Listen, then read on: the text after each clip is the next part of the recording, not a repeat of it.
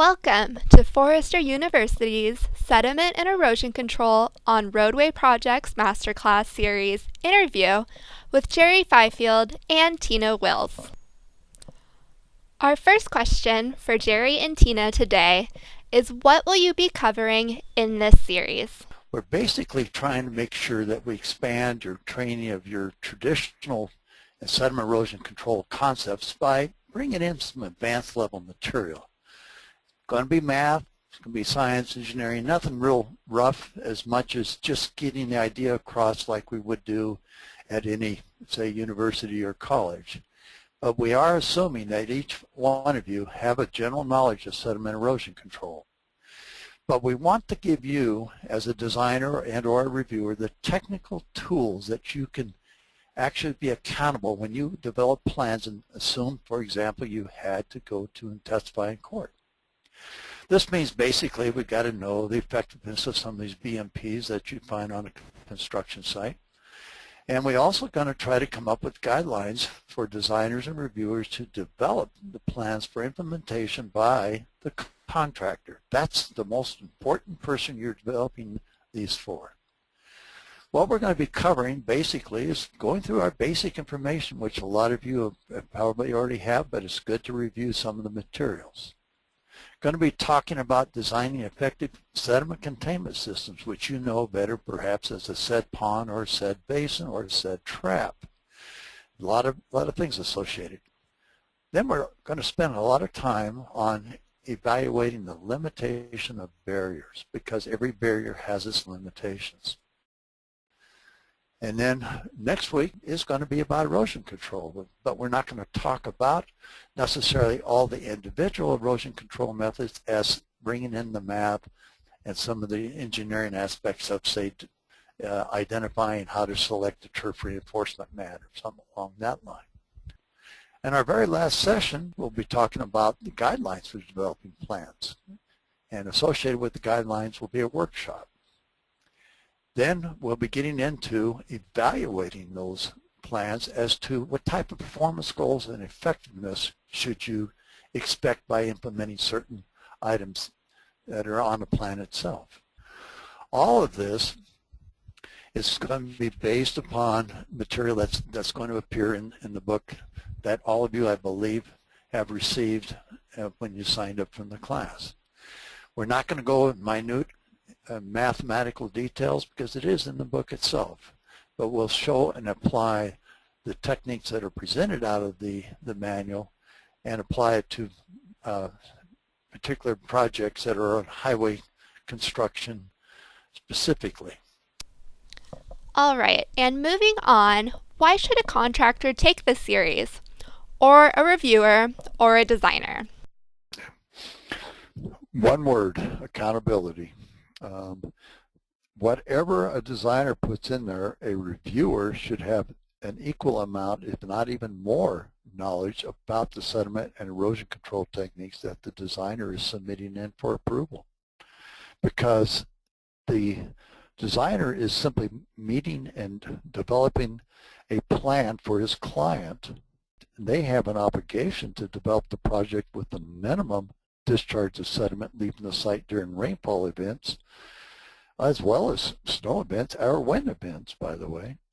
And if a reviewer is approving these plans, the reviewer is actually representing the regulatory agency that's doing the review. So the designers and reviewers, they've got to have a good knowledge of what the limitations are in your BMPs when you're scheduling. And these are all things that indeed have got to be done in a manner that makes every one of the designers and everybody reviewer be accountable not only to themselves and to each other agency, but also probably the most important person on the job, the contractor.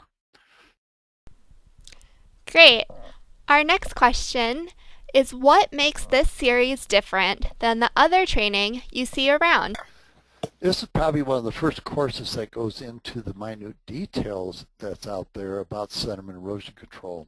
Many individuals who are designers, you hope anyway, are individuals that have had, say, an introductory class on erosion and sediment control, about some of the BMPs, best management practices that are out there that can be implemented on a construction site, but they have rarely have had any information that shows the limitations on those best management practices.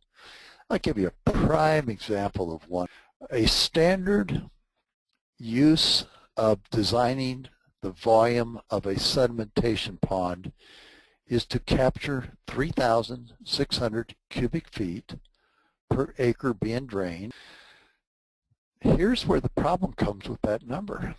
That number itself came from EPA, where they claimed that if you had a 3-inch rainfall event, there would only be 1 inch of runoff.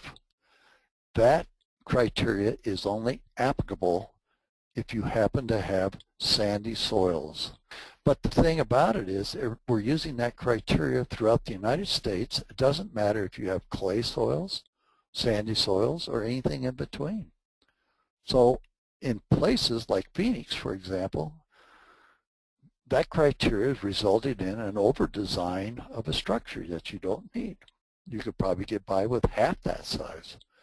You go to, say, Mobile, Alabama, you use that criteria, it isn't going to hold enough water to do that much good. So that's the type of stuff that every designer needs to be aware of, that there are limitations to every single one of these products and or techniques that we are using on a construction site. Our next question today is, theory is great, but what real-world applications or examples will you be covering? We're using 2 roadway examples, one that is from a more arid, semi-arid location in the United States, and then one from a more humid area of the United States. We'll also be presenting, like in Module 3, when we talk about sed ponds, we're also going to bring in an example on a sed trap for how to take care and reduce the sediment loading that may occur when you pump water from behind a cofferdam. And finally, what will attendees take away from this masterclass series? Okay, that's a very good question. It is our intent that attendees will take away from this Master Series classes an expansion of their knowledge about sediment erosion control, to realize that one picture or one method does not fit all construction site problems that they're going to encounter. If nothing else, it's, as Tina's used the word, I've used the word, it makes the individuals accountable to the fact that they have a big obligation to do the job the way it's supposed to be done. And how is it supposed to be done? Well, according to EPA, to minimize the discharge of sediment off a construction site. There may be, by the way, some criteria out there that says that you can't let any sediment leave the site, which, by the way, I need to emphasize is an impossible situation. Well, with these classes that we're going to be, and material we're going to be presenting in the training sessions, they're going to end up demonstrating why you're going to have sediment leave the site no matter what during the construction process, and more importantly, why sediment has always left the site before it was even disturbed. That's a lot of people tend to forget that.